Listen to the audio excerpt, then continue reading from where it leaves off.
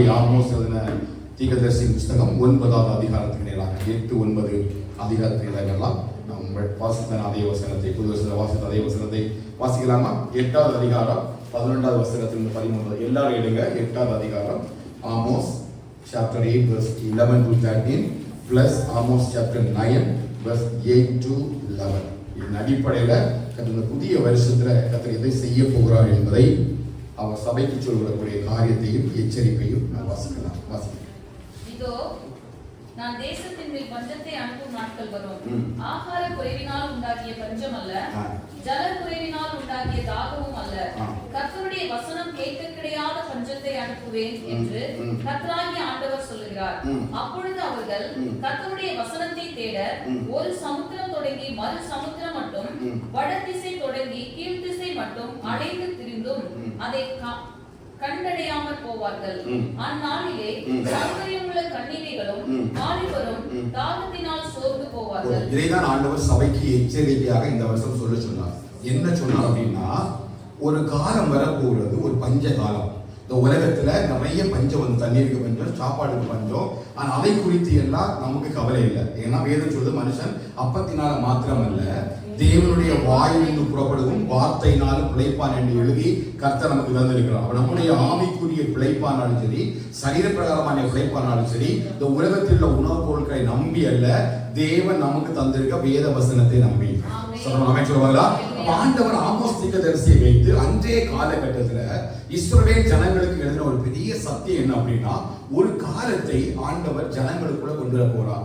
எந்த ஜனங்களுக்குள்ள கேட்டீங்கன்னா, இஸ்ரவேல் ஜனங்களுக்குள்ள, அதாவது சபைகளுக்குள்ள, தேவ ஜனத்துக்கு உள்ள ஒரு பஞ்ச காலத்தை ஆண்டவர் கொண்டு வர போறார். என்ன பஞ்சகாலம் அப்படின்னா, வேத வசனம் கிடைக்க கூடாத ஒரு பஞ்ச காலம். வேத வசனம் கிடைக்காம இருப்பதற்கான காரணம் என்ன? ஏன் ஆண்டவர் கடைசியாக ஆண்டவரை சொன்னார், வேதத்தின் மகத்துவங்களை நான் அவர்களுக்கு எழுதி கொடுத்தேன், அவர்களோ அதை அந்நிய காரியமாக எண்ணினார்கள். என் ஜனங்கள் அறிவை வெறுத்தார்கள், அதனால சங்காரமாகிறார்கள். நீ என் வேதத்தை மறந்தால் நான் உன் பிள்ளைகளை மறப்பேன் என்று சொல்லி வேதத்தை மறக்க கூடாது என்பதற்காகவே ஆண்டவர் சொன்னார், நான் நீங்க உடன்படிக்கையை கல்லில் எழுத மாட்டேன், அவருடைய இருதயத்தில் எழுதுவேன் அப்படின்னா சொன்ன தேவன் கடைசியில இந்த ஜனங்களுடைய பாவத்தின் மிகுதியினால, அவர்கள் வேத வசனத்தை அசட்டை பண்ணினதுனால கடைசி ஆண்டவர் நியாய தீர்ப்பை கொண்டு வரும் பொழுது, உலகத்துக்கு நியாய தீர்ப்பை கொண்டு வரும் பொழுது இந்த இஸ்ரவேலுக்காக ஒரு மீட்பு வரப்போகிறது. அன்றைய காலகட்டத்தில் ஆண்டவராகிய இயேசு கிறிஸ்து அந்த இஸ்ரவேல் ஜனங்களுக்கு மீட்பராக, இரட்சகராக பிறக்க போகிறார் என்பதை அவர்கள் காண்பிக்கும். அந்த காலகட்டத்தில் எப்படி ஒரு பஞ்ச காலத்தினுடைய நாட்களை அவர்களுக்குள் அனுப்பினாரோ, அப்படியே ஆவிக்குரிய இஸ்ரவேல் நமக்கும் நம்மை அழைத்து கொண்டு போகும்படி ஒரு மீட்பராகிய இரட்சகர் ஆண்டவராகிய இயேசு கிறிஸ்து எப்படி வானத்துக்கு எழுந்தருளி போனாரோ, அப்படியே மறுபடியும் அவர் வருவார் என்ற தீர்க்க தரிசனம் நிறைவேறும் காலத்துக்கு முன்பதாக ஒரு பஞ்சத்தை இந்த உலகத்திலே கர்த்தர் அனுப்ப போகிறார். ஹல்லேலூயா. அதை தான் இந்த கடைசி காலத்துல சபை கொஞ்சம் எச்சரிப்பாக, கொஞ்சம் தெளிவாக கவனிக்க வேண்டும்.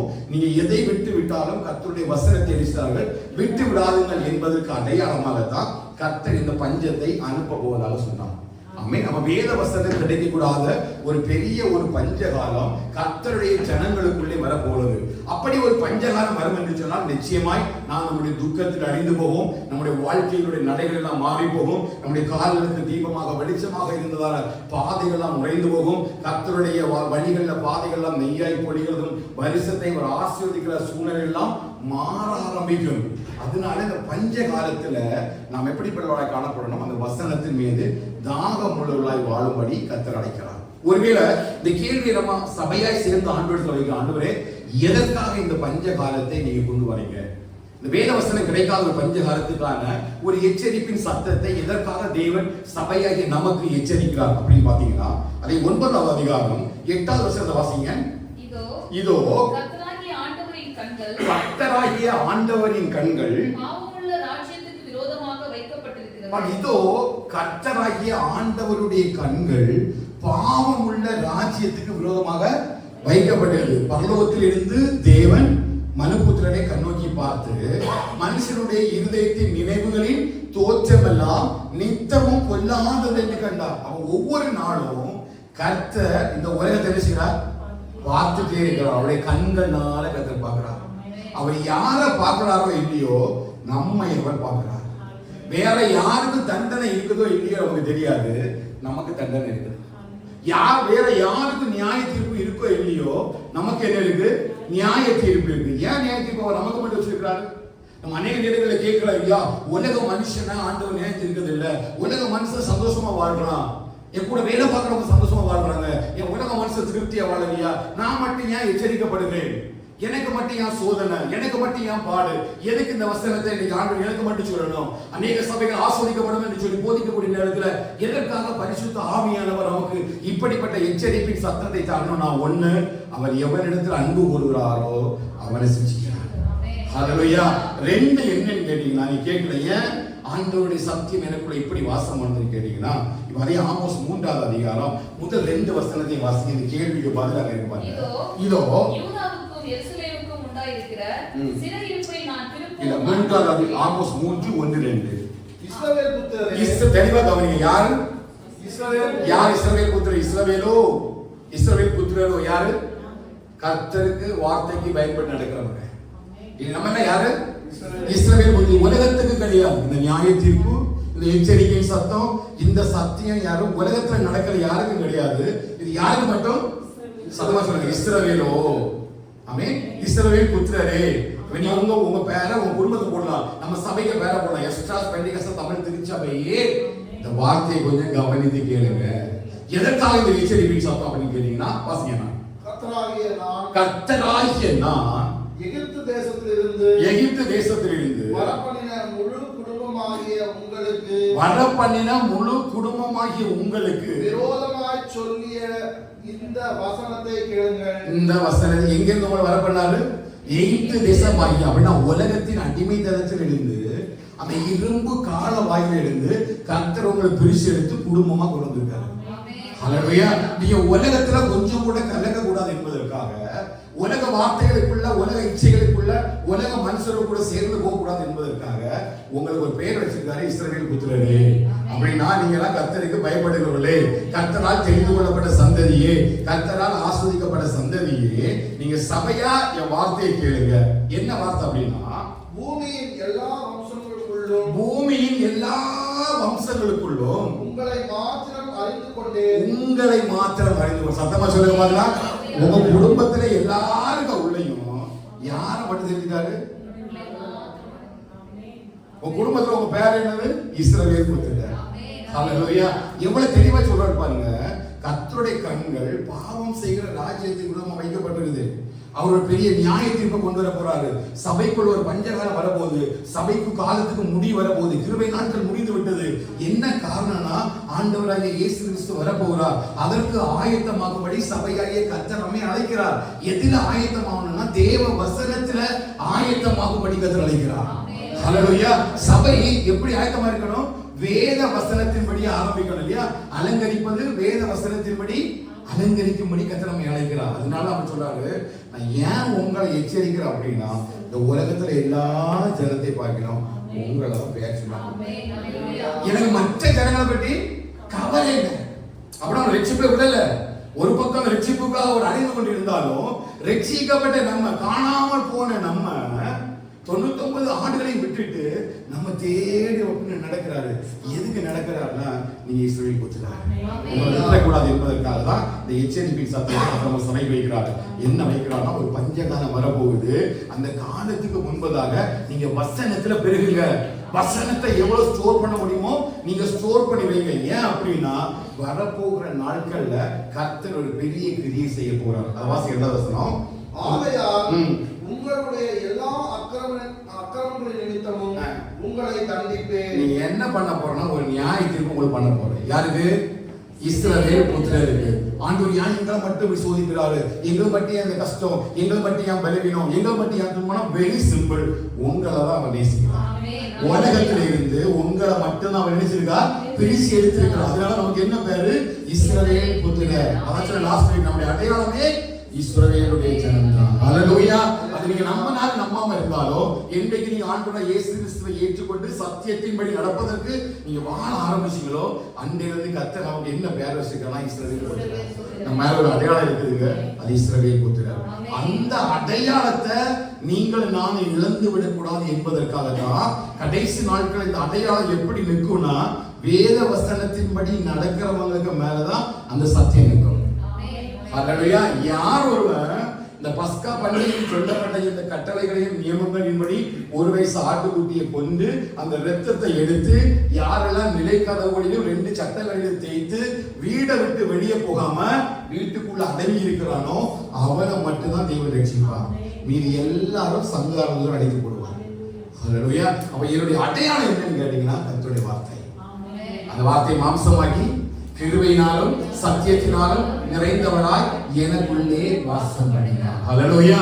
இதான் கர்த்தர் ஆமோஸ் வச்சு சொல்றாரு. அடுத்த 9வது அதிகாரத்துக்கு மறுபடியும் வந்தீங்கன்னா 9வது வசனத்தை வாசிக்கிட்டு இருக்கோம். இதோ ஜல்லடையினால் சலித்தரிக்கிறது அது 8வது வசனம். இதோ கர்த்தராகிய ஆண்டவரின் கண்கள் பாவமுள்ள ராஜ்யத்துக்கு விரோதமாக வைக்கப்பட்டிருக்கிறது. அதை பூமியின் மேல் இராதபடிக்கு அழித்து போடுவேன். அந்த ராஜ்யத்தின் மேல, உலக ராஜ்யத்தின் மேல கர்த்தர் கண்ண வைக்கிறார். இப்போ 2 விதமான கூட்டம் உலகத்தில் இருக்கு. ஒண்ணு ஆண்டவருடைய ஜனம், ஒண்ணு உலகத்துடைய ஜனம். ஆண்டவர் நியாய தீர்ப்பை எழுதும்போது சொல்றாரு, கர்த்தருடைய கண்கள் பாவம் உள்ள ராஜ்யத்தின் மீது வைக்கப்பட்டது. அழிவு இந்த வருஷம் நம்ம கேட்கும், நம்மளே சொல்லுவோம், ஐயோ அந்த ராஜ்யம் அழிக்கப்பட்டு விட்டதோ, அந்த தேசம் அழிஞ்சு போச்சு பாருங்க அப்படின்னு சொல்ற அளவுக்கு ஒரு சத்தியத்தை நீங்கள் கேள்விப்படும் பொழுது கர்த்தர் இந்த வசனத்தை பேசினார் என்பதை உணர்ந்து கொள்வீர்கள். எப்ப நீங்க கேள்விப்படுறீங்களோ அப்ப சொல்லி நினைங்க, கர்த்தர் நமக்கு இந்த வசனத்தை பேசியிருக்கிறார். அப்படிதான் சில ராஜ்யங்களோட முடிவை கர்த்தர் இந்த வருஷம் கொண்டு வருவார். 2026 சில பாவம் உள்ள ராஜ்யங்களோட முடிவை கர்த்தர் அழிவுக்குள்ள கொண்டு வரும் பொழுது சில யுத்தங்களும் பெரிய பூமி எதிர்ச்சியும் சில பெரிய ஆபத்துகளாம் அந்த தேசத்தின் மேல கடந்து வந்து அந்த தேசமே அழிக்கப்பட்டு விட்டது என்பதை நீங்கள் கேள்விப்படும் பொழுது நினைத்துக் கொள்ளுங்கள், கர்த்தர் எங்கள் சபையை எச்சரித்திருக்கிறார். ஹல்லேலூயா. அப்படி எச்சரிக்கும் பொழுது சொல்ற பாருங்க, அந்த பாவம் உள்ள ராஜ்யத்தை முழுசா என்ன சொல்றாரா, அழித்து போடுவேன். ஆனா யார் அழிக்க மாட்டேன், ஆகிலும் யாக்கோபின் வம்சத்தை முழுவதும் அழிக்க மாட்டேன் என்று கர்த்தர் சொல்கிறார். யாக்கோபின் வம்சத்தை முழுவதும் அழிக்க மாட்டேன்னு சொல்றாரு. இப்ப 2 ராஜ்யம், ஒண்ணு தேவனுடைய ராஜ்யம், இன்னும் உலகத்துடைய ராஜ்யம். உலகத்துடைய ராஜ்யத்தை கர்த்தர் நியாயம் தீர்க்கும் பொழுது முழுவதுமா அழிக்கிறாரு. ஆனா யாக்கோபுடைய ராஜ்யத்துக்கு வரும் பொழுது அந்த தேசத்தை அவர் முழுமையா அழிப்பதில்லை. தெளிவா கவனிங்க. 2 விதமான கூட்டம் உலகத்துல, ஒன்று சத்தியத்தின்படி வாழ்கிற கூட்டம், ஒன்று உலகத்தின்படி வாழ்கிற கூட்டம். 2மே ஆண்டவரால் தேர்ந்தெடுக்கப்பட்ட சந்ததி தான். ஆனா நியாய தீர்ப்பு வரும் பொழுது அந்த பாவமுள்ள ராஜ்யங்கள் மேல ஒரு முழுமையான ஒரு நியாய தீர்ப்பை கர்த்தர் வைக்கிறார். அங்க என்ன கிடையாது, இரக்கமும் கிருபையும் காண்பிக்கப்படுவதில்லை. ஆனால் யாக்கோபின் தேசமாகிய அவருடைய ஜனத்தினுடைய தேசத்துக்கு உள்ள கர்த்தர் வரும் பொழுது அங்க வேற மாதிரி கர்த்தர் கிரியேஷன். ஆகிலும் யாக்கோபுடைய தேசத்தை முழுமையாக அழிக்க மாட்டேன் என்று கர்த்தர் சொல்கிறார். ஏன் அழிக்க மாட்டாரு? யாக்கோபுடைய தேசத்தை கர்த்தர் ஏன் அழிக்க மாட்டார் என்றானா, அங்க வந்து சில கிரியைகளை செய்கிறார். அதான் அடுத்த வசனம் வாசிங்க. இதோ சல்லடையினால் சலித்தரிக்கிறது போல் இஸ்ரவேல் வம்சத்தாரை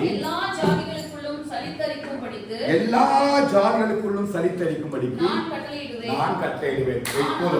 இப்ப பாருங்க, யாக்கோபுடைய தேசத்துக்கு நியாய தீர்ப்பு வரும்போது என்ன பண்றாருன்னா, அந்த பாவமுள்ள ராஜ்யத்தை அழித்து போடுறது போல இந்த யாக்கோபுடைய தேசத்தை அழிக்கல. அதுக்கு மாறா என்ன பண்ணாருன்னா, இந்த யாக்கோபுடைய தேசத்துக்கு உள்ள வந்து இங்க சல்லடையை சரிக்கிற ஒரு ப்ராசஸ் பண்றாரு. எனக்கு கவனிங்களா? தேவ ஜனத்தை சல்லடையை சரிக்கிறது போல சரிக்கிறார். என்ன சல்லடை? என்ன சல்லடை? வசனத்தில் இருக்கக்கூடிய ஜனங்களையும், அடுத்த வசனம் வாசிங்கன்னா 11வது வசனம் வாசிங்க, 10 வாசிங்க, 10 வாசிங்க. இது யார் எதுக்காக பண்றாரு பாத்தீங்கன்னா, யாக்கோபுடைய தேசத்துல வந்து ஒரு கிருபை கிடைக்குது. யாருக்கு கிருபை அப்படின்னா, தேவனுடைய வசனத்துக்கு நிற்கக்கூடியவங்களுக்கு ஒரு கிருபை கிடைக்குது. மற்றவங்க யாருக்கு கேட்டீங்கன்னா 10வது வசனம் சொல்லுது, தீங்கு ஒரு கூட்டம் ஜனம் என்ன சொல்லிட்டு, யாக்கோபின் வம்சத்திலேயே ஒரு கூட்டம் ஜனம் என்ன சொல்லுதுன்னா, தீங்கு எங்களை அணுகுவதில்லை, எங்களுக்கு நேரிடுவதும் இல்லை என்று என் ஜனத்தில் யாருடைய ஜனத்தில்? இதை யாக்கோபின் சந்ததியில சில கூட்டம் கள்ள தீர்க்கதரிசி, கள்ள போதகன் சொல்றவன், இல்ல சத்தியத்தை புறம்பா பேசுறவன், உலகத்தோடு கூட ஒன்றி வாழ்ந்தது, கிருபை உபதேசத்துல வாழ்றவன், மரணமே இல்லைன்னு சொல்லி பேசக்கூடியவன் சொல்லி ஒரு பெரிய கூட்டம் இன்றைக்கு உலகத்தை சுத்தி நடக்குது இல்லையா? சில கள்ள தீர்க்கதரிசிகளும் கள்ள போதருடைய பிரபலமான சில மரணங்கள் தேசத்துல சம்பவிக்கும். என் ஜனத்தில யாரெல்லாம் எனக்கு தீங்கு வராது, யாரெல்லாம் எனக்கு ஒன்றும் நேரிடுதல் என்று சொல்லிட்டு எவெல்லாம் அவருடைய ஜனத்தில் அவரை ஏமாற்றிட்டு நடக்கிறானோ அத்தனை பேரும் பட்டயத்தால் சாவார்கள். யாருடைய பட்டயம்? தேவனுடைய பட்டயம். தேவன் அளிக்கும் பொழுது 3 விதமான காரியங்களினால தேவன் என்ன ஜனங்களை நியாயம் இருக்கிறார். தாவீதுடைய காரியத்துல தாவீது இஸ்ரவேல் ஜனங்களை அந்த கணக்கெடுப்பு நடத்தும் போது 3 விதமான நியாய தீர்ப்பை தீர்க்கதரிசி மூலமாக முன்ன வைக்கிறார். என்னெல்லாம்? 1 பஞ்சம், 1 கொள்ளை நோய், 1 கர்த்தருடைய பட்டயம். 3 நடக்கும். அந்த கர்த்தருடைய பட்டயம் தான் இங்க இருக்குது. கர்த்தருடைய பட்டயம்னா தூதனே இறங்கி அப்படிப்பட்டவர்களை அப்ப தாவீது சொல்றாரு, கர்த்தருடைய கரங்களில் விழுகிறேன், கிருபை கிடைப்பதாக. அந்த பட்டயம் தான் இந்த பட்டயம். யாருக்குன்னா தேவனுடைய ஜனத்துல சத்தியத்தை பொய்யாக மாற்றி தேவனை ஆராதியாமல் உலகத்தினுடைய ஐஸ்வர்யத்திற்கு வாழ்கிற சில ஜனங்களுடைய பிரபலமான சில ஜனங்களுடைய மரணங்களை தேசத்தில் காண்பிப்பார். அப்பொழுது சபை உணர வேண்டும், கர்த்தர் சபையை எச்சரித்திருக்கிறார். சம்பவிக்கதான் போகுது. இங்க நம்ம கேள்விப்பட போறோம். அந்த 12 மாதத்துல கேள்விப்படதான் போறோம். கண்டிப்பா கர்த்தர் சொன்ன வார்த்தைகளை கண்டிப்பா நம்முடைய கண்களுக்கு முன்பாக கொண்டு வருவார். அவருடைய ஜனத்தில் வேற யாரும் கிடையாது. யாருடைய ஜனத்தில்? யாக்கோபினுடைய சந்ததியில தீங்கு வராது என்று சொல்லி தேவனுக்கு புறமாய் எழுப்புறோம். மாத்திரமல்ல 11ஆம் வசனம் பாருங்க. ஏதோமில் மீதியானவர்களையும் என் நாமம் விளங்கிய சகல ஜாதிகளையும் வசமாக்கி கொள்ளும்படிக்கு அவர் சல்லடையை சலிக்கிறது போல யாக்கோபின் சந்ததியிலே சலிப்பார். எதுக்காக அப்படின்னா அவருடைய ஜனத்துல அவருடைய நாமம் தரித்த ஒருத்தன் கூட அழிக்கப்பட்டு போய்விடக் கூடாது என்பதற்காக தேவன் கடைசி நாட்களில் சல்லடையை சரிக்கிறது போல கர்த்தர் தம்முடைய ஜனத்தை சரிக்கிறார். எவன் சத்தியத்தில் நடக்கிறானோ அந்த சத்திய தேவன் அவனை விடுதலையாக்குவார். ஹல்லேலூயா. இந்த சத்தியத்தை தான் அவர் சொல்லிட்டு சொல்றாரு பாருங்க. இதோ சல்லடையினால் சரித்தரிக்கிறது போல இஸ்ரவேல் வம்சத்தாரை எல்லா ஜாதிகளுக்குள்ளும் சரித்தரிக்கும்படிக்கு நான் கட்டளையிடுவேன். அப்படி கட்டளையிட்ட பிறகு ஆனாலும் கோதுமை மணியும் தரையிலே விழுவதில்லை. இப்படி சல்லரிக்கும் பொழுது யாருக்கு விட மாட்டாங்க? கோதுமை மணி விட மாட்டாங்க. யாருக்கு கோதுமை மணி? தேவனுடைய ராஜ்யத்தின் புத்திரர். யாக்கோபு வம்சத்திலேயும் ஒரு சல்லித்தரிப்பு நடக்கும். யாக்கோபுடைய வம்சத்திலேயும் ஒரு பரிசுத்தமான ஒரு நியாய தீர்ப்பு நடக்கும். அவர் அந்த பாவமுள்ள ராஜ்யங்களை அழித்து போடுவது போல நம்முடைய தேசத்தை அவர் அழித்து போடுவதில்லை. அதான் சபை எச்சரிக்கிறார். நம்முடைய குடும்பமா இருக்கலாம், நம்முடைய சபமா இருக்கலாம், நம்ம கூடி வருகிற இடமாக இருக்கலாம், ரொம்ப கேர்ஃபுல்லா இருக்கணும். கர்த்தர் கடைசி நாளுக்கு ஒரு அறுவடை ஏற்படுத்துகிறார். 2026 வருடம் கர்த்தருடைய சமூகத்துல ஒரு பெரிய அறுவடை நடக்க போறது. ஒரு பெரிய சலித்தரிப்பை கர்த்தர் நடத்த போறாரு. எதற்கு அப்படின்னா அவருடைய நாமத்தை தரித்த ஒரு கோதுமை மணியை கூட கீழே விட்டுறக்கூடாது என்பதற்காக கர்த்தர் வைக்கிறார். ஹல்லேலூயா. அப்படி நடப்பதற்கு முன்பதாக தான் ஆமோஸை வச்சு ஆண்டவர் எச்சரிக்கிறாரு ஜனங்களை. ஒரு பஞ்சகாலம் வரப்போகுது. அந்த பஞ்ச காலத்துல நீ கோதுமை மணியா இருக்கணும்னா இப்பமே கர்த்தருடைய வசனத்தை நீ கற்றுக்கொள். இப்பமே நீ கர்த்தருடைய வசனத்தை மேல தியானமா இருக்கும்படி இப்பொழுதே கர்த்தருடைய நேரத்தையும் காலத்தையும் புரிந்து கொண்டு வரப்போகிற பஞ்சத்தின் நாட்கள்ல நீயும் உன் குடும்பமும் உன் பிள்ளைகளும் பாதுகாக்கப்படும்படிக்கு இப்பமே நீங்க ஆயத்தமாகுங்கள் என்று கர்த்தர் எச்சரிக்கிறார். இதுதான் சபைக்கு கர்த்தர் கடைசி நாட்களை சொல்லக்கூடிய எச்சரிப்பின் சத்தம். ஏன் அப்படின்னா இப்ப இந்த சலித்தரிப்பு நமக்கு கண்டிப்பா தெரியும். இந்த வேத புஸ்தகத்தை படிச்சா இப்ப நமக்கு மாத்திரமல்ல, இந்த வேத புஸ்தகத்துடைய இந்த வார்த்தைகளை படிக்கிற உலக ஜனங்களானாலும் சரி, தேவனுடைய பிள்ளைகளுக்கும் மற்ற சபைகளுக்கும் கண்டிப்பா தெரியும். நியாய தீர்ப்பு வரக்கூடிய நாட்களில ஒரு பஞ்ச காலம் வரும். அந்த பஞ்ச காலத்துல வசனத்தை தேடினாலும் கிடைக்காத ஒரு காலம் வரும் என்று சொல்லி அவர்கள் உணர்வார்கள். இதற்கு இந்த பரிசுத்தமான சலித்தரிப்பு நடக்கும் பொழுது அதுல இருந்து விடுதலையாக்கப்படும்படி தேடுவார்கள். அப்படி எப்படி தேடுவாங்கன்னா 12ஆம் வசனம் சொல்லப்படுகிறது. அப்பொழுது அவர்கள் கர்த்தருடைய வசனத்தை தேட 8:12 அப்பொழுது அவர்கள் கர்த்தருடைய வசனத்தை தேட. இப்ப ஏன் கர்த்தருடைய வசனத்தை தேடுறாங்க? இவன் கர்த்தர் சல்லடையினால் சல்லடிக்கிறது போல இஸ்ரவேல் ஜனத்தை அறுவடைக்கு ஆயுதமாகிட்டார். கொத்து கொத்தா இங்க மரணம் சம்பவிக்குது, கொத்து கொத்தா விழுது இல்லையா? கொரோனா வந்த உடனே ஜனங்களை எப்படி போனாங்க ஆராதனைக்கு? எப்படியாவது ஆன்லைன் ஆராதிக்கணும், எப்படா சபை திறக்குன்னு சொல்லிக்கிட்டு எத்தனையோ ஜனங்கள் ஓடின ஜனங்கள் தான் இன்னைக்கும் மறுபடியும் உலகத்துக்குள்ள ஓடிட்டு இருக்காங்க. மரணத்துக்கு பயந்து எத்தனையோ ஜனங்கள் ஆலோசனை கிடைச்சாங்க, ஓடுனாங்க. எத்தனையோ தீர்மானம் பண்ணாங்க, நீ ஒழுங்கா சபைக்கு போவோம், ஒழுங்கா சத்தியத்தில் நடப்போம், ஆண்டவரே எப்படியாவது ஆலயத்தை திறந்துடணும், நாங்க ஆராதிக்க வேண்டும் என்று சொல்லி சாதாரண ஜனந்தா 5 வருஷம் முடிஞ்சு இப்ப 6-7வது வருஷ தொடக்கத்துல இன்றைக்கும் அஜாக்கிரதையா நடக்கும். அப்போ இந்த வசனம் நிறைவேறும் பொழுது கண்டிப்பா நமக்கு என்ன வரும்? ஞாபகம் வரும். அப்ப நம்ம இந்த வசனத்தை தேட ஆரம்பிச்சோம்னா ஆண்டவர் சொல்றாரு, ஒரு சமுத்திரத்தினுடைய ஒரு திசை தொடங்கி வட திசை கீழ் திசை மட்டும் நீங்க தேடினாலும் அதை கண்டுபிடிக்க மாட்டீங்க.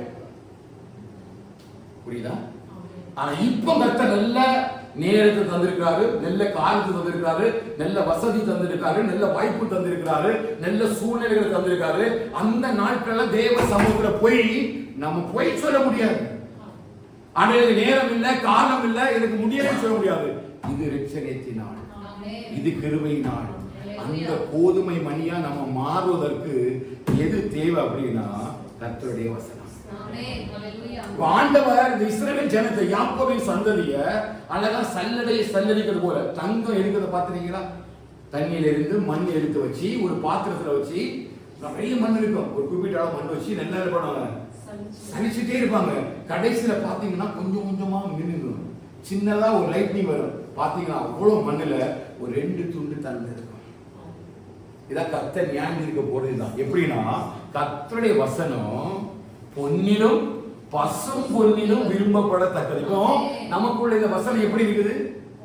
பசும் பொண்ணு மாதிரி இருக்குது. இந்த பசும் பொண்ண எப்படி ஆண்டவர் தேடுகிறாரு? மணலை வச்சு சல்லடிக்கிறது போல தண்ணியில விட்டு விட்டு விட்டு விட்டு விட்டு விட்டு அலசி எடுத்து தேடும் பொழுது ஏதோ 1-2 வசனம் தான் உள்ள. அதான் சொல்றாரு, நான் பாவம் உள்ள சந்ததியை போல நான் உங்களை அழிக்கிறது விரும்பல, நான் உங்களுக்கு கிருபை நாட்கள் முன்னாடி வைக்கிறேன், கிருபை நாட்கள் முன்னாடி வைக்கிறேன். இது கடைசி காலம், இன்னும் கிருபை இருக்கு, இன்னும் ஆசீர்வாதம் இருக்கு, இன்னும் உலகம் இருக்கு. நம்பி ஓடி நீ ஏமாந்து போயிடாத. இந்த காலத்தை பிரயோஜனப்படுத்தும்படி கர்த்தர் நம்மை அழைக்கிறார். நம் ஒவ்வொருவரையும் கர்த்தர் கோதுமை மணியாக மாற்றுகிறார். எப்படி மாற்றுகிறார்? கோதுமை மணியாக மாற்றுகிறார். கோதுமை மணி என்ன பண்ணும் அப்படின்னா நல்ல விளைச்சலை கொடுக்கும். நல்ல விளைச்சலை கொடுத்ததுதான் இந்த கோதுமை மணி. அதான் ஆண்டவர் மத்தேயு 13வது அதிகாரத்திலே வரும்பொழுது அழகான ஓமை சொல்வார் பாருங்க. மத்தேயு 13வது அதிகாரத்துக்கு வரும்பொழுது ஒரு ஓமை சொல்லி அந்த ஜனங்களுக்கு இதை வெளிப்படுத்துவதை பார்க்க முடியும். 24வது வசனத்தில் வாசிக்கணுமா? வேறொரு ஓமை அவர்களுக்கு சொன்னார். வேறொரு ஓமை சொன்ன மத்தேயு chapter 13:24. பரலோக ராஜ்யம் தன் நிலத்தில் நல்ல விதையை விதைக்கும் மனுஷனுக்கு ஒப்பாயிருக்கிறது. மனுஷன் நித்திரை பண்ணுகையில் அவனுடைய சத்துரு வந்து கோதுமைக்குள் களைகளை விதைத்து போட்டு போனான். பயிரானது வளர்ந்து கதிர்விட்ட போது களைகளும் காணப்பட்டது. வீட்டெஜமானுடைய வேலைக்காரர் அவனிடத்தில் வந்து, ஆண்டவனே, நீர் உமது நிலத்தில் நல்ல விதையை விதைத்தீர் அல்லவா? பின்னை அதில் களைகள் எப்படி உண்டானது என்றார்கள். அதற்கு அவன், சத்துரு அதை செய்தான் என்றான். அப்பொழுது வேலைக்காரர், நாங்கள் போய் அவைகளை பிடுங்கி போட உமக்கு சித்தமா என்று கேட்டார்கள். அதற்கு அவன், வேண்டாம், களைகளை பிடுங்கும் போது நீங்கள் கோதுமையும் கூட வேரோடே பிடுங்காதபடிக்கு இரண்டையும் அறுப்பு மட்டும் வளர விடுங்கள். கோதுமையும் வளருது, களையும் வளருது. எங்க வருது? நிலத்தில். இந்த கோதுமையும் வளருது, களையும் வருது. நம்ம எல்லாரும் என்ன செய்யறாங்க? நல்ல நிலத்துல கட்டமைச்சிருக்கிறாங்க. ஆண்டவர் அழகா இந்த கோதுமை மணிய எப்படி பிரித்து எடுக்கிறார் என்பதை தான் இந்த ஊமை மூலமா சொன்னார். அந்த இஸ்ரவேல் ஜனங்களுக்கு ஆமோஸ் தீர்க்கதரிசியின் மூலமாக ஒரு பெரிய பஞ்சகாலம் வரும்போது அந்த பஞ்சகாலத்துல கர்த்தர் ஜனத்தை பரிசுத்தப்படுத்தி யாரெல்லாம் தேவனுடைய வசனத்துல கோதுமை மணியாக இருக்கிறாங்களோ அவர்களை எல்லாரையும் தான் கர்த்தர் தமக்கு என்று சொல்லி ஏற்படுத்த போகிறார் என்பதை தீர்க்கதரிசி மூலமா சொன்ன தேவன் புதிய ஏற்பாட்டு காலத்துல மீட்பராக வந்த பிறகு அந்த வசனத்தினுடைய விளக்கத்தை இந்த அதிகாரத்தை வைக்கிறார். என்ன வைக்கிறார் அப்படின்னா, ஒரு இடத்துல விதை விதைக்கிறாங்க, அந்த நல்ல விதையா தான் விதைக்கிறாங்க. அந்த விதைக்குள்ள எதுவும் வளருது, களையும் வளருது. அப்ப ஆண்டவர் அறுவடைக்கு என்று சொல்லி ஆயத்தமாக்கும் பொழுது முதலாவது அவர் தன்னுடைய சீஷரிடத்தில் அல்ல வேலைக்காரரிடத்துல இந்த 30வது வசனத்தை வாசிக்கும் பொழுது, அறுப்பு காலத்தில் நான் அறுக்கிறவர்களை நோக்கி முதலாவது களைகளை பிடுங்கி அவைகளை சுட்டரிக்கிறதற்கு கட்டுகளாக கட்டுகிறார். இதுதான் பாவம் உள்ள ராஜ்யத்தின் மேல வருகிற நியாய தீர்ப்பு. ரெண்டுமே சேர்ந்துதான் வளருது, ரெண்டுமே ஒருமிச்சு தான் உட்கார்ந்து இருக்குது, ரெண்டுமே ஒருமிச்சு தான் ஆராதிக்குது, ரெண்டு பேரும் ஒரே மாதிரி தான் ஆராதனைக்குள்ள வர்றாங்க. ஆனா இவங்களுடைய ஆராதனைக்குள்ள முழு ஆத்மாவோடு, முழு இதயத்தோடும், முழு பலத்தோடும், முழு மனதோடும் அவர் ஆராதிக்கிறாங்களா இல்லையா என்று சல்லடையில சல்லரித்து தேடுகிறது யாரும் கேட்டீங்கன்னா கர்த்தர். ஆனா எல்லாரும் கை தட்டுறாங்க, எல்லாரும் பாட்டு பாடுறாங்க, எல்லாரும் ஆலயத்துல விசுவாசிகளாக நம்ம வீட்டில் இருக்கிறோம். ஆனா உங்க இது எனக்கு தெரியாது, ஏன் இது உங்களுக்கு தெரியாது. நம்ம பாடுறோம், நல்லா கருணை தேடி பாடுறோம், நான் பேசுற வசனத்தை நீங்க கேட்கிறீங்க, தேவ சத்தத்தை கேட்க நம்ம உணர்கிறோம், தேவ பிரசன்னத்தை உணர்கிறோம். ஆனா என்னுடைய இருதயம் எப்படி தேவ சமூகத்தில் அமர்ந்திருக்கு என்கிறதான அந்த சல்லடையை சல்லரிக்கிறது யாருன்னு கேட்டீங்கன்னா கர்த்தர். என் இருதயத்தின் நினைவுகளை கர்த்தர் அறிவார். உடனடியாக அவர் உடைத்து போடுறது கிடையாது. அவர் ஒவ்வொன்றுக்கும் ஒரு காலம் வச்சிருக்கிறாரு. இந்த 2026 சில அறுவடையின் காலங்களை கர்த்தர் தேசத்தை தொடங்குவார். இந்த பூமியில அறுவடைக்கான நாட்கள் ஆயத்தமாகி விட்டதையும் சீஷர்களை கொண்டு வேலைக்காரரை கொண்டு அறுவடை செய்வதற்கு ஆயத்தமாக இருக்கிறார். பாவத்துக்கு விலகி ஓடும்படி கர்த்தர் நம்மை அழைக்கிறார். ஹல்லேலூயா. ஏன் அப்படின்னா இவ களையும் இருக்குது, இவ கோதுமையும் இருக்குது, கதிரும் களையும் இருக்குது. முதல்ல எதை பிடுங்குறாருன்னா களையை பிடுங்குறாரு. அதை பிடிங்கி அக்கிரியில சுட்டரிச்சுட்டு இந்த கோதுமை மணியை மட்டும் சேர்த்து வைக்கிறோம். அதான் சொல்றாரு, சல்லரித்து எடுக்கும் பொழுது ஒரு கோதுமை மணியும் கீழே கூட சிந்தாரு. அந்த அளவுக்கு தெளிவாக கர்த்தர் என்ன செய்தாராம், அந்த அடைக்காது என்ன விதை அப்படி கேளுங்க. 37வது வசனம் வாசிங்க, மத்தேயு 13:37. நல்ல விதையை விதைக்கிறவன் மனுஷகுமாரன், நல்ல விதையை விதைக்கிறவன் குமாரன். நிலம் உலகம், நல்ல விதை ராஜ்யத்தின் பாருங்க. நல்ல விதை யாரு? கோதுமை மணி யாரு? ராஜ்யத்தின் புத்திரர். ராஜ்யத்தின் புத்திரர் யாரு? சத்திய வசனத்தின்படி நடக்கிறவங்க தான் ராஜ்யத்தின் புத்திரர். ஹல்லேலூயா. நம்ம எல்லாம் யாருடைய புத்திரர்? இந்த ராஜ்யத்தோட விஷயம், தேவ ராஜ்யத்துடைய புத்திரர். அப்ப இந்த விதை, நல்ல விதை எதுன்னு கேட்டீங்கன்னா, இந்த கோதுமை மணி எதுன்னு கேட்டீங்கன்னா, தேவனுடைய புத்திரராக நம்ம அறியப்படுகிறோம். அப்ப தேவன் தம்முடைய ஜனத்தை நியாயம் தீர்க்கும் பொழுது மற்ற உலகத்தை நியாயம் தீர்க்கிறது போல நியாயம் தீர்க்க மாட்டாரு. அவர் எங்க தேடுறாரு, என்ன தேடுறாருன்னா ஒரு வசனமாவது இவன் கீழ்படிச்சு நடக்கிறான். நம்ம நிறைய வசனம் வாசிக்கிறோம், நிறைய வசனம் படிக்கிறோம், 10 தடவை 20 தடவை படிச்சு முடிச்சு நல்லா ஆராதிச்சு ஆமேன்னு சொல்றோம். ஆனா ஒரு வசனத்துக்கு இதை வாசிக்கிறவரும் கேட்கிறவரும் அதன்படி செய்கிறோமா? நம்ம நிறைய வாசிக்கிறோம், நிறைய கேட்கிறோம், யூடியூப்ல செய்தியா கேட்கிறோம், தகட்டுற அளவுக்கு சாப்பிடுறோம். ஆனா வசனம் ஒரு வசனமாவது எனக்குள்ள கிரியை செய்யலாம். வெறும் காற்றை தேடி வரவில்லை, வசனத்துக்கு கீழ்ப்படுவீங்களா? இதுதான் அவர் சல்லடையில சனித்தரிக்கும் பொழுது அவர் தம்முடைய ஜனத்துக்கு முன்பதாக வைக்கிற நியாய தீர்ப்பு. அப்படி நியாயத்திற்கும் பொழுது எங்களை என்ன தேடுறாருன்னா கோதுமை மணியை தேடுறாரு. என்ன விதைச்சா இல்லையா? இல்லையா? விதைச்சாச்சு, ஊழியக்காரனோடு விதைச்சாச்சு, ஊழியக்காரனோடு நீர் பாய்ச்சுறாரு. கர்த்தர் தான் விளைய செய்கிறார். விளைச்சலுக்கு நிறைய தண்ணீர் பாய்ச்சுறாரு, தெய்வ நதினால தண்ணீர் பாய்ச்சுறாரு, நிறைய வசனங்களை தர்றாரு, ஒவ்வொரு நாளும் வார்த்தைகளை கொண்டு உங்களோட பேசுறாரு, ஒவ்வொரு நாள் கர்த்தர் வார்த்தைகளை கேட்கிறோம். ஆனா கேட்கிற வார்த்தைகளில எத்தனை வார்த்தை என்னை கோதுமை மணியாக மாற்றுகிறார். ஆண்டவருக்கு கதிர் கலை தேவையில்லை, காப்பி தேவையில்லை. நீ நிறைய பேர் எப்படி மாறிட்டேன்னா காப்பியா மாறிட்டோம். ஒரிஜினல் இல்லை, ஒரிஜினலை போல காப்பியா மாறணும். எல்லா ஆராதனை நடத்துறோம், நல்லா ஜெபிக்கிறோம், நல்லா வேத வாசிக்கிறோம், நல்லா காப்பி பண்றோம். ஆனா கர்த்தர் எதை தேடி வராமா? கனியை தேடி வருவார் இல்லையா? மரத்தின் அருகே அருகே கோடாரியாக வைக்கப்பட்டிருக்கிறது. நல்ல கனி கூடாது இருக்கிற மரம் எதுவும் எப்படிப்பட்ட கனி கொடுக்கிற மரமா நம்ம வாழ்ந்துட்டு இருக்கோம். யோசித்து பாருங்க, நம்ம எத்தனை வசனத்தின்படி வாழ்ந்து இதுவரையிலும் இத்தனை வருஷம் வேத வாசித்து இருக்கிறோம், இவ்வளவு நாள் ஜெபிக்கிறோம் இல்லையா? எத்தனை வசனத்துல நம்ம கீழ்ப்படிச்சிருக்கு? எத்தனை வசனம் இருக்கு?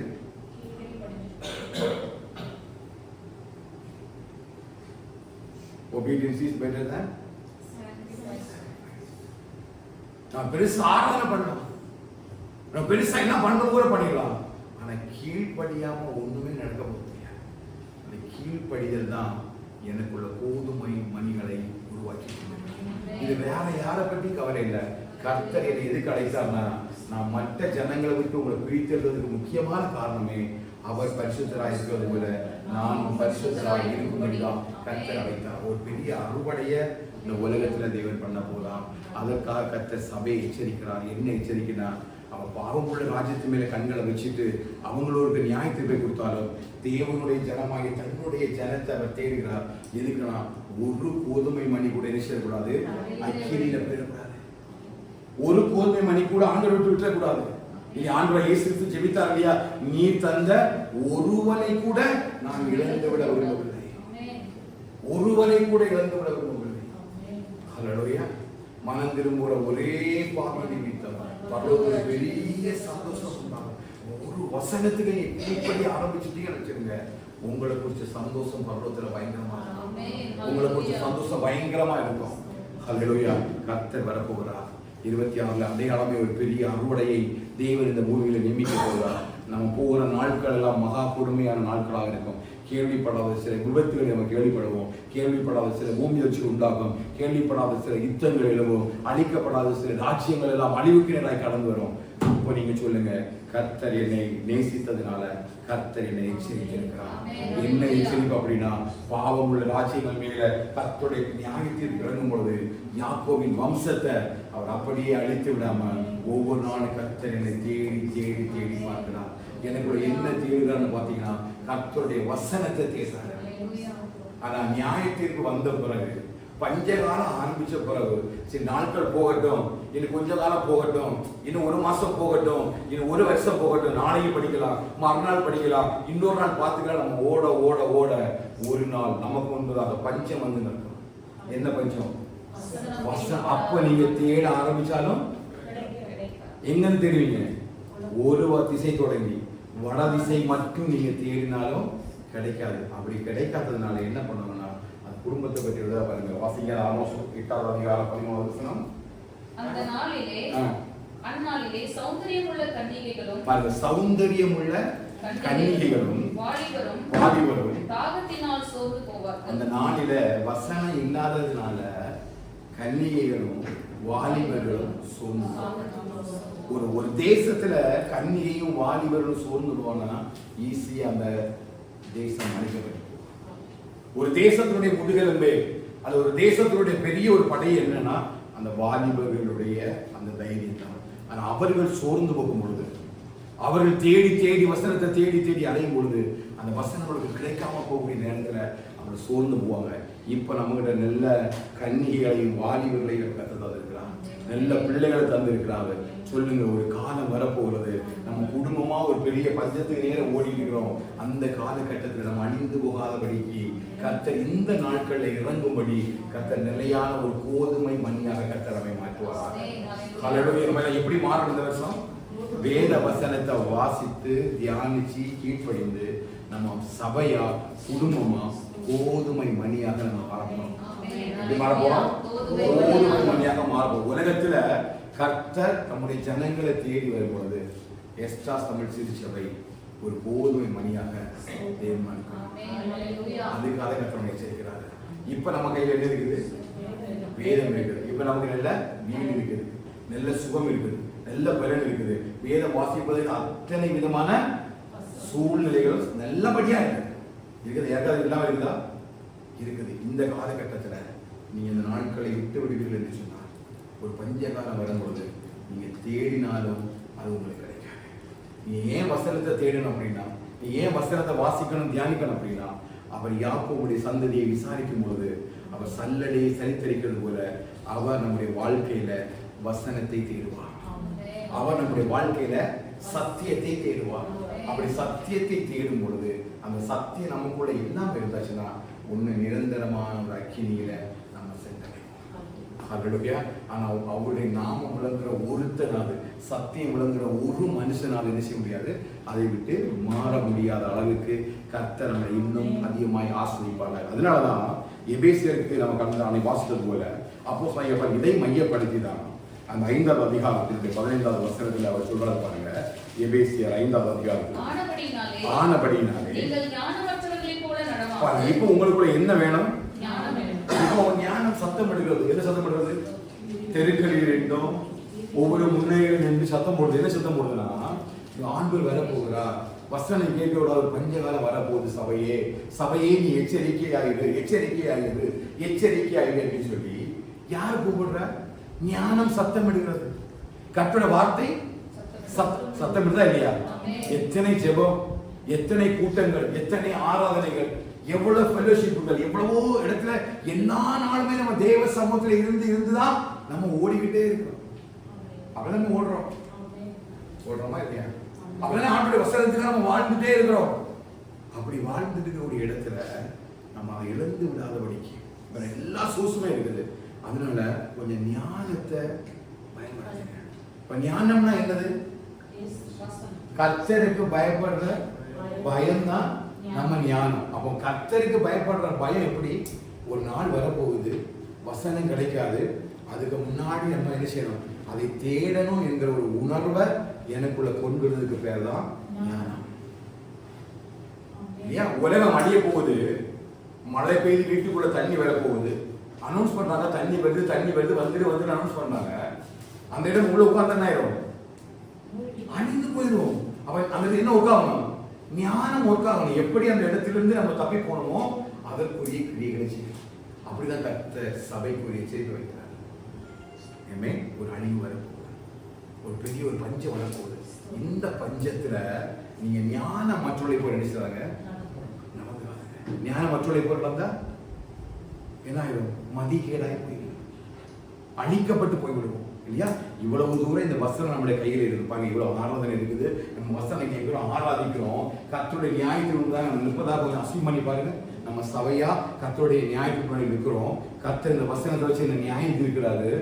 அந்த வசனத்தின்படி அன்னைக்கு நடக்கிறேன்னு உணர்ந்தனாலும் எனக்கு என்ன இல்லை, அன்றே காலகட்டத்தில் உணர்ந்து எந்த பிரயோஜனமும் இல்லை. ஆனா இது காலம். அதான் ஒரு சபைக்கு தெளிவா இருக்கிறாரு. அதுக்கு முந்தின வசனம் எல்லாம் படிச்சு பாத்தீங்கன்னா அழகா அந்த சபைக்கு சில ஆலோசனை எல்லாம் வச்சு சொல்லிட்டு பாருங்க. 8வது வசனம் வாசிங்க. அந்த கிருபையை அவர் சகல ஞானத்தோடும் 5வது அதிகாரம்னா முற்காலத்தில் நீங்கள் அந்தகாரமாய் இருந்தீர்கள், இப்பொழுதோ கர்த்தருக்குள் வெளிச்சமாய் இருக்கிறீர்கள். வெளிச்சத்தின் பிள்ளையாய் நடந்து கொள்ளுங்கள். ஆவியின் கனி சகல நற்குணத்திலும் நீதியிலும் உண்மையிலும் விளங்கும். கர்த்தருக்கு பிரியமானது இன்னதென்று நீங்கள் சோதித்து பாருங்கள். கர்த்தருக்கு பிரியமானது என்னதென்று நீங்கள் சோதித்து பாருங்கள். கனியற்ற அந்தகார கிரியைகளுக்கு உடன்படாமல் அவைகளை கடிந்து கொள்ளுங்கள். அவர்களால் ஒளிப்பிடத்தில் செய்யப்படும் கிரியைகளை சொல்லுகிறதும் அவலட்சணமாய் இருக்கிறதே. அவைகள் எல்லாம் கடிந்து கொள்ளப்பட்டு வெளிச்சத்தினால் வெளியரங்கமாகும். வெளியரங்கமாக்குகிறதெல்லாம் வெளிச்சமாய் இருக்கிறது. ஆதலால் தூங்குகிற நீ விழித்து மரித்தோரை விட்டு எழுந்திரு. அப்பொழுது கிறிஸ்து உன்னை பிரகாசிப்பிப்பார் என்று சொல்லி இருக்கிறார். ஆனபடினாலே நீங்கள் ஞானமற்றவர்களைப் போல நடவாமல் ஞானமுள்ளவர்களைப் போல கவனமாய் நடந்து கொள்ள பார்த்து நாட்கள் பொல்லாதவைகள் ஆனபடியினால் காலத்தை பிரயோஜனப்படுத்திக் கொள்ளுங்கள். எந்த காலம்? இந்த காலம். ஆமென். ஒரு காலத்தை நமக்கு முன்னாடி வச்சிருக்காரு. நம்ம பிள்ளைகளை எச்சரிப்போம். எதுக்கு? அந்த பிள்ளைகள் அப்படிப்பட்டதான காரியத்தில் விழுந்து விடாதபடி எச்சரிப்போம். நீ அந்த இடத்துக்கு போகாத, அங்க குழி இருக்குது, பள்ளம் இருக்குது, விழுந்து போகாத இதற்கு எச்சரிக்கிறோம். குழிக்குள்ள விழுந்தா கஷ்டம். அது மாதிரி கர்த்தர் நம்ம நேசிக்கிறதுனால எச்சரிக்கிறாரு. ஒரு பெரிய பஞ்சம் பூமியில வரப்போகிறது. வசனத்தை தேடியும் கிடைக்க கூடாத ஒரு காலம் போகுது. இது உலக ஜனத்துக்கு ஒன்றும் பெரிய விஷயம் இல்லை. யாருக்கு? உலக ஜனத்துக்கு ஒன்றும் பெரிய விஷயம் கிடையாது. ஆனா வேதத்தை நேசிக்கிற நம்ம யோசிச்சு பாருங்க. நான் யோசிச்சு பார்த்தேன், ஒருவேளை இந்த வேத புஸ்தகம் நமக்கு கிடைக்காம போயிடுச்சு, வசனம் நம்ம இன்டர்நெட்ல கிடைக்கல அப்படின்னா, நான் தனியா உலகில் உட்கார்ந்து இருக்கிறேன்னா அட்லீஸ்ட் ஒரு வசனத்தை எழுதி தியானிக்கிற அளவுக்காவது எனக்கு ஸ்டோரேஜ் இருக்குதா? எத்தனை 50 வசனமாவது ஸ்டோரேஜ் வச்சிருக்கீங்க? பஞ்சம் வந்தாச்சுன்னா ஒரு 50 வசனமாவது எனக்குள்ள இருக்குன்னு சொல்ல முடியும். விசுவாசம் இருக்கு. 50 வசனம் ரிப்பீட்டட்லி வசனம் சொல்லக்கூடாது, புது புது வசனமா இருக்கணும். 50 வசனமா எனக்குள்ள இருந்தாதான் அட்லீஸ்ட் நான் பிடிச்சு நிற்க முடியும். ஹல்லேலூயா. ஏன்னா அவர் நிலப்போகிற நாட்களில் இந்த சம்பவங்களா சபைக்கு சம்பவிக்கும். ஏன் அப்படின்னா இந்த வசனத்தை எடுத்து போட்டா நம்மளால நிற்க முடியாது. அதனால இந்த காலம் பொல்லாதவர்களாக இருக்குது. பொல்லாதவர்கள் அப்படின்னா தேவனுடைய நாட்களில் இருந்து என்னை விடுவிக்கிறது இல்லையா? இங்க ஒரு கிருபை காலம் நல்லா இருக்குது, நல்லா வேதவாசிக்கலாம், ஜெபிக்கலாம், நல்லா பண்ணலாம். ஆனா இந்த நாட்களை நான் பயன்படுத்தாதபடிக்கு வேறொரு காலம் என்ன உலகத்துக்கு அழைக்குது. வா எங்களோட கூட வா, ரத்த சிந்தும்படி வா, நம்ம எல்லாரும் சேர்த்து ஒன்று கூடி பேசலாம், நம்ம ஜாலியா என்ஜாய் பண்ணலாம், உலகத்தை அனுபவிக்கலாம், புசிக்கலாம். ஒரு கூட்டம் ஜனம் கூப்பிடுது. இதெல்லாம் யாருன்னு கேட்டீங்கன்னா தேவனுடைய ஜனங்கள். அதான் சொல்லி என் ஜனத்தின் தீங்கு வருவதில்லைன்னு நினைக்கிறவன், இது நடக்கவே நடக்காதுன்னு நினைக்கிறவன், ஆண்டவர் எல்லாரையும் பரலோகத்தை கூட்டிட்டு போறோம்னு நினைக்கிறவன், அவர் மரித்தது உண்மைதான், ஒண்ணுமே நடக்க போல நினைக்கிறவன் எவனா இருந்தாலும் எல்லாருக்கும் ஒரு முடிவை எழுதும்படி கத்திருக்கிறார். இந்த முடிவு எதன் அடிப்படையில் நடக்கணும்னு கேட்டீங்கன்னா இந்த வேத வசனத்தை வச்சு நடக்கணும். இந்த வேத வசனம் நம்முடைய வாழ்க்கையில இல்லாம ஒருத்தர் கூட பரலோக ராஜ்யத்துக்குள்ள பிரவேசிக்க முடியாது. ஒருத்தர் கூட நாட்கள் அடிச்சாது கிடைக்காது. அப்படி கிடைக்கிற நாட்களை பயன்படுத்தும்படிதான் கர்த்தர் சபைக்கு அழைக்கிறார்.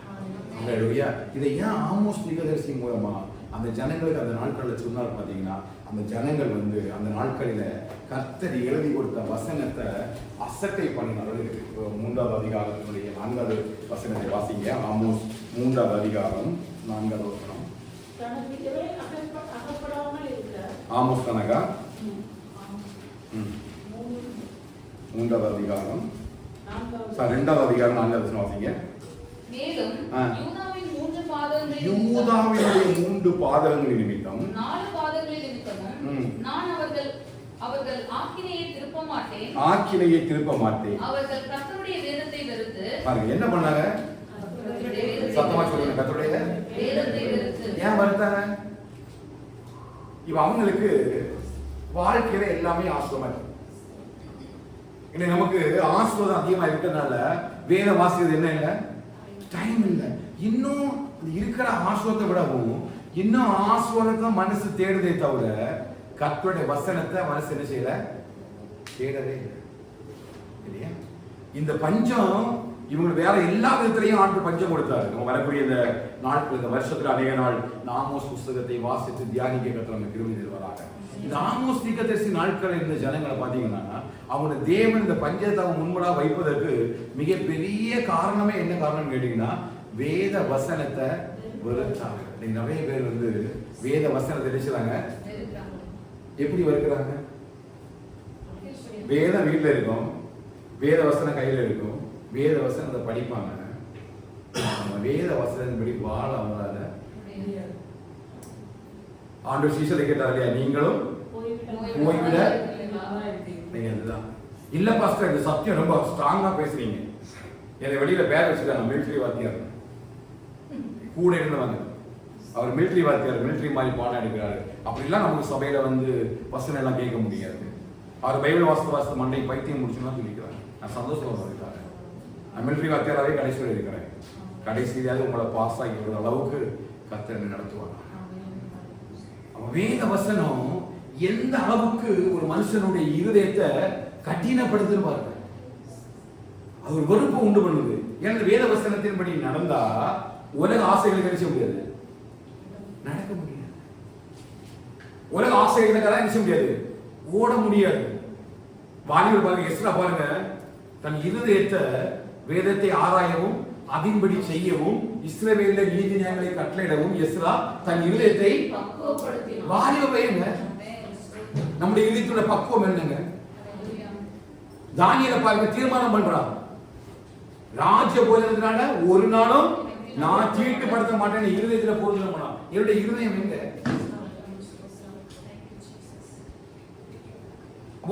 இந்த வசனத்தின்படி வாழ்ந்தவங்க எல்லாமே எதையோ ஒண்ணு தேவனுக்காக நினைச்சாங்க, விட்டுட்டாங்க. பவுல் சொல்றாரு, எல்லாத்தையும் நான் ஏன் விட்டுறேன்னா அவருடைய அறிகிற அறிவு, வேதத்தையும் அறிவதற்கு இந்த வசனம் உள்ள இருக்குது. ஆனா நமக்கு 2 வசனத்துக்கு மேல உள்ள நிச்சயம் மாட்டேங்குது, போக மாட்டேங்குது. ஒரு நாளைக்கு ஒரு அதிகாரம் படிச்சாலே எப்படி முடியவே இல்லை, அப்படி மாறி பாம்பு நடிக்கிற மாதிரி நினைக்கிறாங்க. ஒரு அதிகாரம் 2 அதிகாரம் முடிச்சா சரி போதும், ஏதோ பெருசா சாதிச்சுட்டோன்னு மூடி வச்சிருக்காங்க. ஆனா வேதத்துக்கு வேதம் கொடுக்கிற விளக்கம் என்ன தெரியுமா? வேத வசனம் தேனிலும் தெளிதேனிலும். டேஸ்ட் பண்றீங்களா? டேஸ்ட் பண்ணி பாத்தீங்கன்னா இதை உங்களால வளர்க்கவே முடியாதுங்க.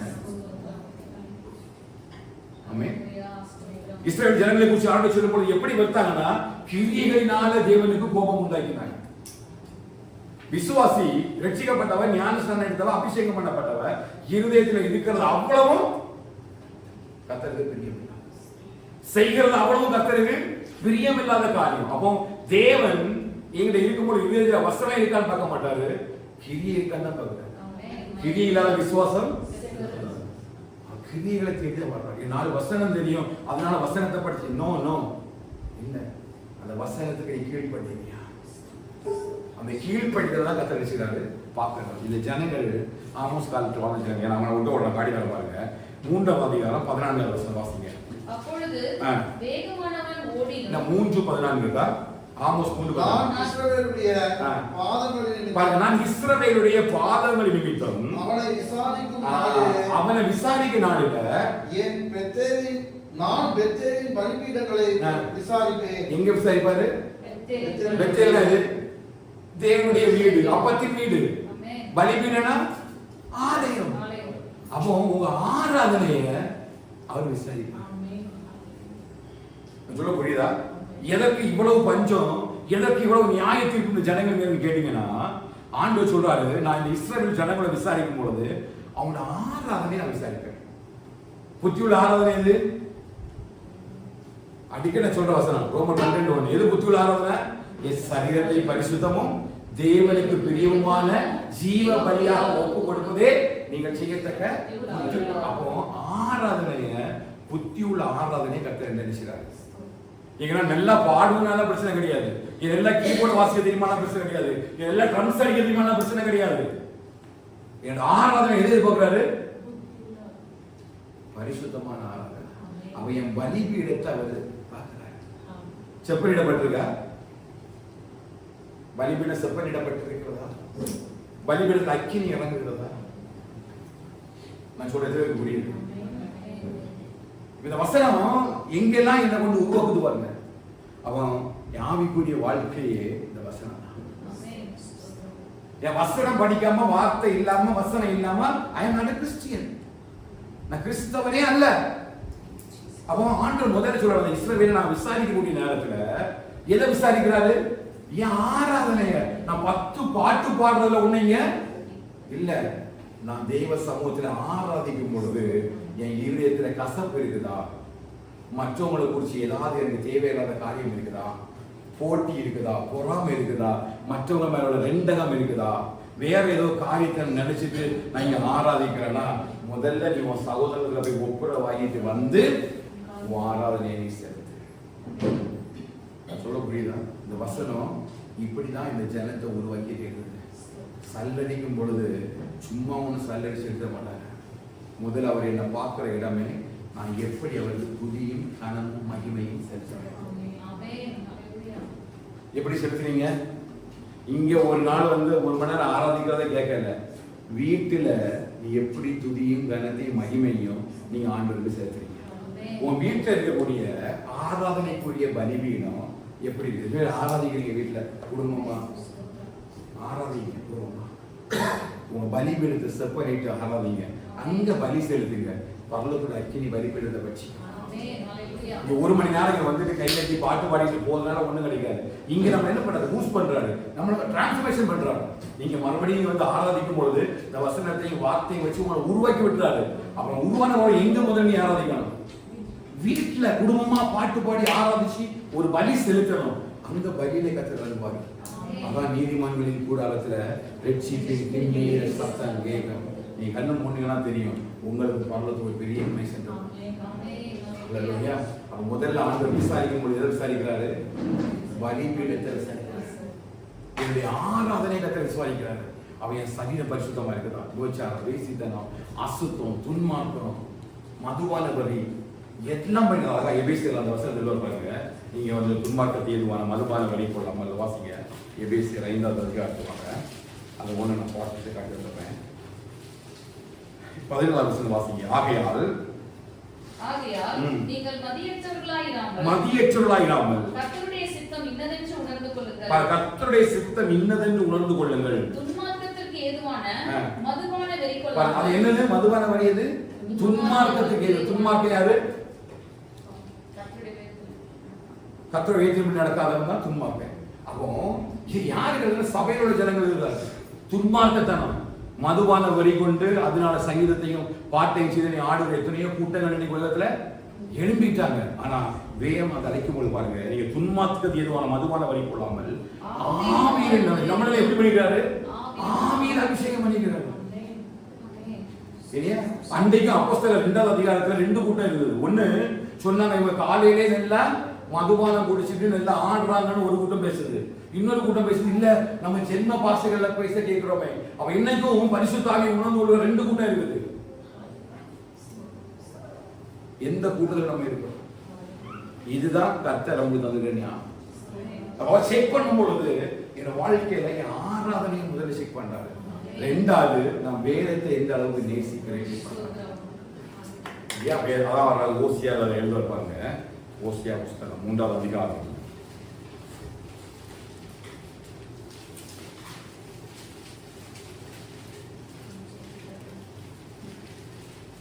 4வது அதிகாரம் 6வது வசனம் வாசிங்க. ஓசியா 4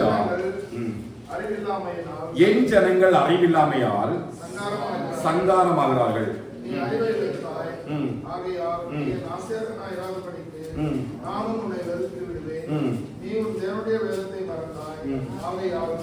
திரும்ப சொல்றேன், நீங்க உங்க வேதத்தை, நீங்க தேவனுடைய வேதத்தை மறந்தா ஆண்டவர் யாரை மறப்பாரு? ஏன் ஒரு பிள்ளைகளை மறக்கிறாரு? உங்களை மறக்க வேண்டியதானே? ஏன் பிள்ளைகளை மறக்கிறாரு? நம்ம யாரும் அதிகமா நேசிக்கிறோம்? பிள்ளைகள். பிள்ளைகளாவது ஆயிடுச்சுன்னா நம்மளை தாங்க முடியாது இல்லையா? அவங்க யாரை நேசிக்கிறோம் அப்படின்னா நம்ம பிள்ளைகளை நேசிக்கிறோம். அது ஆண்டவர் சொல்றாரு, நீ வேதத்தை மறந்துட்டானா உன் பிள்ளைகளை மறந்துடுவேன். இப்ப ஆசாரியனுடைய என்ன இல்லை? அறிவே இல்லை. ஆண்டவர் சொல்றாரு, ஆசாரியனுடைய வாயில அவர் எதை தேடுவாங்க? ஜனங்கள் வேதத்தை தேடுவார்கள். வேதம் அங்க இல்ல, அறிவு இல்லாதனால ஆசாரியர்கள் சங்கரமாகறாங்க. இன்னைக்கு சபைகள் ஆசாரியர் இருக்கிறாங்க, என்ன இல்ல? வசனம் இல்ல. நிறைய கதை வச்சிருக்கிறாங்க. அமெரிக்கால ஊழியம் செய்ததோ, லண்டன்ல ஊழியம் செய்ததோ, அவங்க படிச்சது எல்லாம் செய்ததோ கதைகள் நிறைய வச்சிருக்கிறாங்க. ஆனா என்ன இல்ல? வசனம் இல்ல. ஜனங்கள் ஆசாரியருடைய வாயில கதைகளை தேடுவாங்களா? வசனம் தேடுவாங்களா? வசனத்தை தேடுவாங்க. அப்படி வசனத்தை மறந்தா ஆண்டு சொல்றாரு, நான் வந்து ஆசாரியனா இல்லாத படிக்க வருது. நீ வசனம் இல்லாம ஒரு ஆசாரி எங்க தேவையில்லை? சபைக்கு தேவை. அப்படி நீ உலகத்தில் ஆண்டு கிரியை செய்தார்னா எத்தனை ஆசாரியம் மிஞ்சுவான்? நான் கடந்த நாட்கள் பாஸ்டர் டேனியல் ப்ரோமன் அமெரிக்காவில் இருக்கிற பேசிட்டு இருக்கும்போது சொன்னார், இன்றைக்கும் அமெரிக்காவில் ஒரு தடவை கூட வேத வாசத்தை முடிக்காம ஊழியம் செய்வது எத்தனையோ போதவர்கள். ஒரு டைம்ஸ் கூட, ரொம்ப வேதனைப்பட்டார், ஒரு டைம்ஸ் கூட வேதம் படிக்க முடியாம எத்தனையோ ஊழியர்கள் இருக்கிறாங்க. இந்தியாவில் கணக்கு அத்தனை பேர் இருக்கிறாங்க. வேத 1-2 வசனத்தை வச்சு வேத புஸ்தகத்தை வச்சு ஓடுறவங்க எத்தனை பேர் இருக்கிறாங்க. ஒரு நாள் தேவனுக்கு பிரியமானதா இருக்காங்க. ஆசாரியன் அவங்க அழைத்து கொள்ளலாம். ஆனா கர்த்தரோட முடிவு நேசிக்கிறது. ஏமே அப்போ ஆசாரியுடைய வாயில கர்த்தர் என்ன செய்கிறார்? வேதத்தை தேடுகிறார். சதமாக சொல்லலாம், அவன் வேதத்தை நம்முடைய வாயில தேடுகிறார். அப்படி இல்லைன்னா வேதத்தை மறந்துட்டேன்னா பிள்ளைகளை மறந்துடுவார். இவையே பலங்களையும் கிருபைகளையும் கர்த்தர் நமக்குள்ள பெருக பண்ணுவாங்க.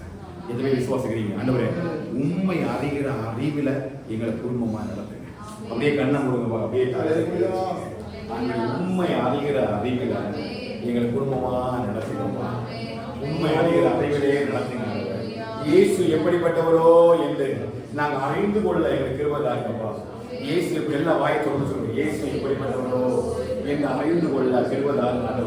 உண்மை அறிகிற அறிவிலே நாங்க வளரலாமா? உண்மை அறிகிற அறிவிலே வளர கிருபை தாங்கப்பா. வேத வசனத்தை 2 முறை வாசிக்கிற கிருபை தாங்கப்பா. 2 முறை வாசிக்கிற கிருபை தாங்கப்பா. அந்த வசனத்துக்கு கூட பேசுங்க. ஆண்டவரே, சகையை போல உங்களை மட்டும் நான் பார்க்க ஆசையா இருக்கணும். இந்த 2026 என் ஆசை என்னன்னு கேட்டா, நான் வேத புஸ்தகத்தின் மூலமா இயேசுவை பார்க்க வேண்டும்.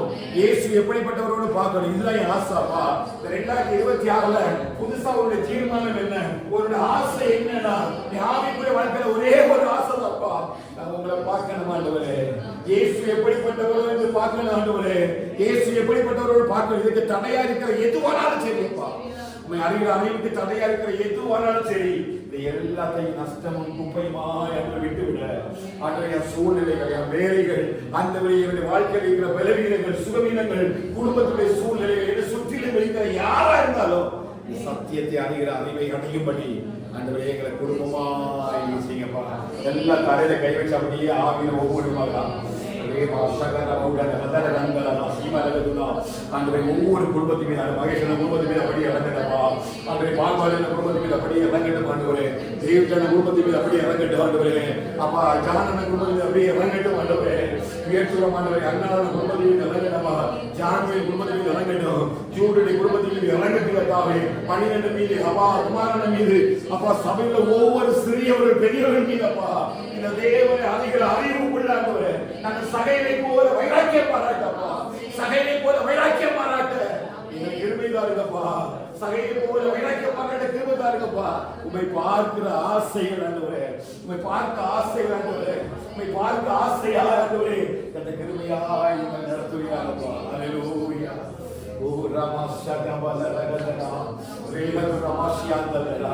ஓ மனுஷகுமார் இழந்து வந்ததை தேடவும் ரட்சிக்கமே வந்திருக்கிறார். மறுபடியும் நம்மை தேடி வரப்போகிறார். மறுபடியும் நம்மை தேடி வரப்போகிறார். இன்னும் மேகம் மீது வரப்போகிறார். வரக்கூடிய எல்லா அடையாளங்களும், அதிகமான அடையாளங்கள் 2026 நடக்க போகுது. அவர் எல்லாவற்றிலும் கர்த்தர் கிருபையாய் நமக்கும் நம்முடைய குடும்பத்துக்கும் இறங்குவாராக. ஓ ஜீசஸ்.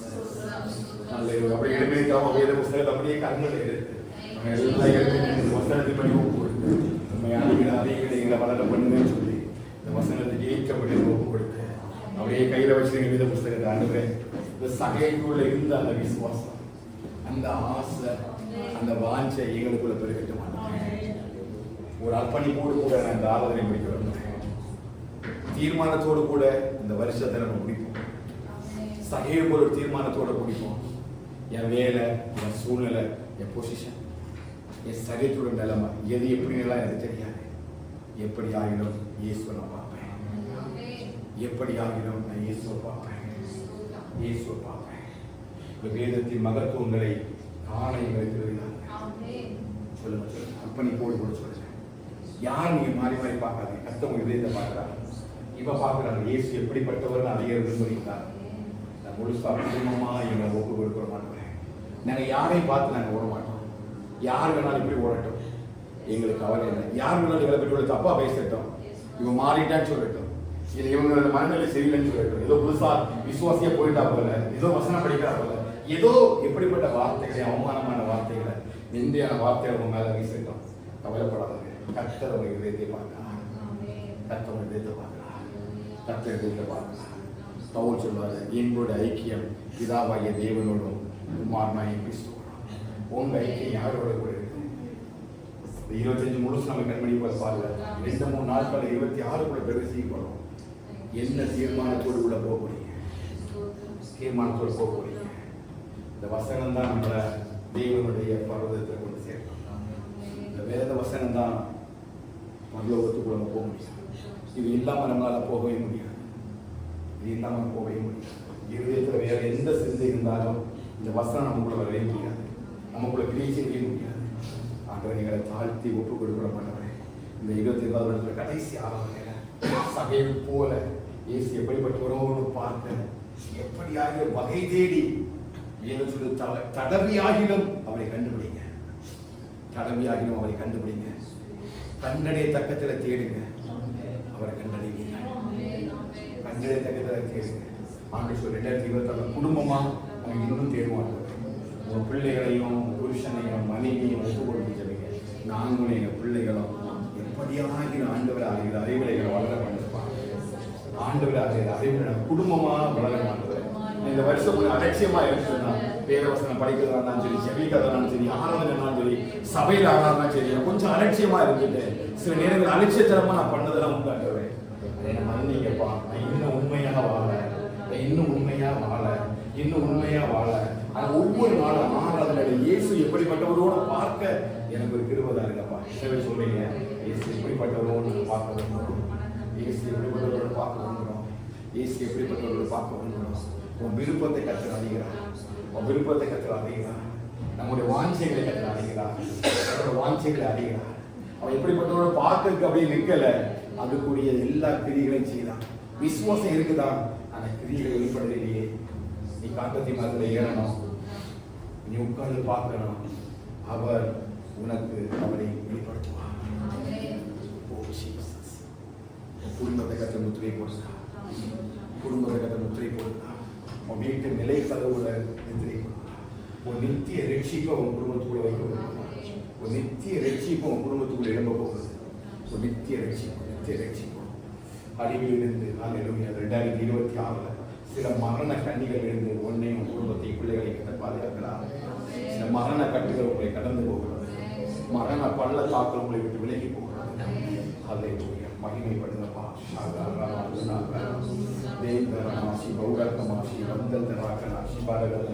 ஒரு ஆவிக்குரிய பாதுகாப்பை நம்ம உணர போகிறோம், ஒரு ஆவிக்குரிய பாதுகாப்பை உணர போகிறோம்.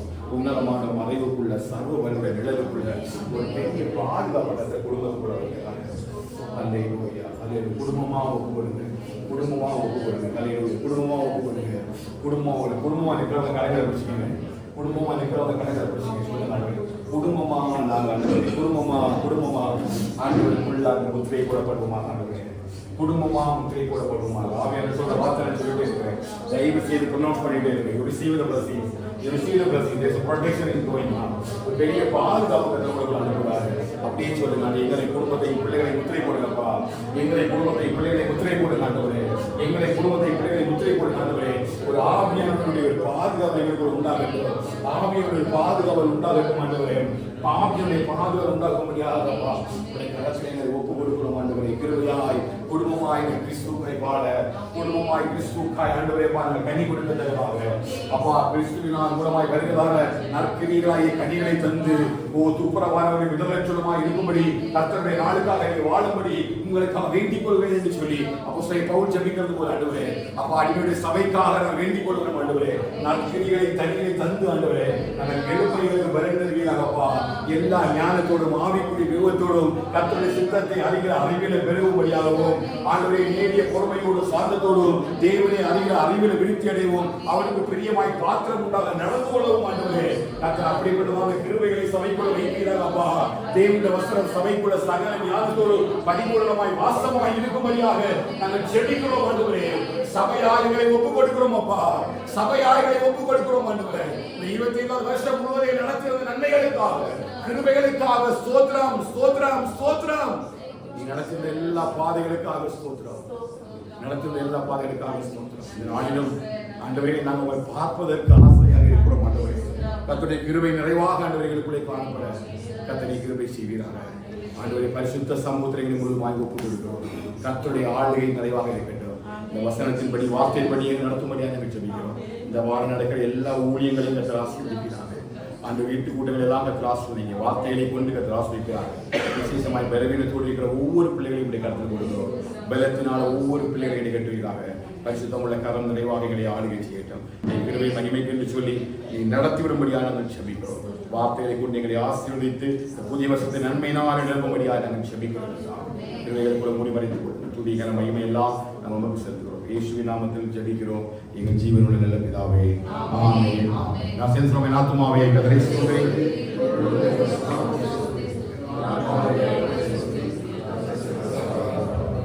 ஆமென். நம்முடைய கர்த்தராகிய இயேசு கிறிஸ்துவின் பிதாவாகிய தேவனுடைய பரிசுத்தாகிய தேவனுடைய ஐக்கியமும் ஸ்நேகமும் இன்றும் என்றும் சதா காலங்களிலும் வரப்போற புது வருஷத்தோடும் நம்ம அனைவரோடு கூட தங்கி இருப்பதாக. ஆமென், ஆமென், ஆமென். ஹல்லேலூயா, ஹல்லேலூயா, ஹல்லேலூயா.